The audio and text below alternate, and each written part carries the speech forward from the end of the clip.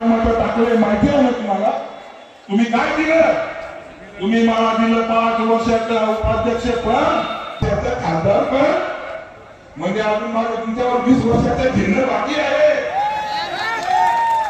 तुमच्यावर माझं 4 पण घेणं बाकी आहे. ते वसूल करेल, या निवडणुकीत वसूल करेल.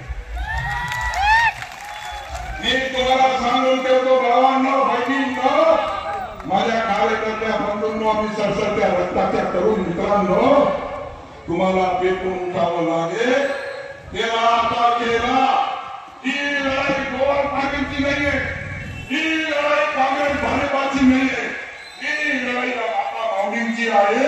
मणिपूरमध्ये घटना घडली, आपण तिला आदिवासी सर्टिफिकेटवर निवडून दिलं. त्या खासदाराने तिथं मोदीला राग येईल, अमित शहा रागले म्हणून एक शब्द नाही काढला. आदिवासींच्या बाबतीमध्ये भाषण तर द्यायची, पण जेव्हा संसदेमध्ये बोलण्याची पाळी आली, तुम्ही एका महिलेसोबत राहिला नाही. तुम्ही महिला आणि किमान तुम्ही महिलेची जाणीव ठेवली पाहिजे होती. आणि मणिपूरमधल्या घटनेचा तुम्ही संसदेमध्ये निषेध केला पाहिजे होता.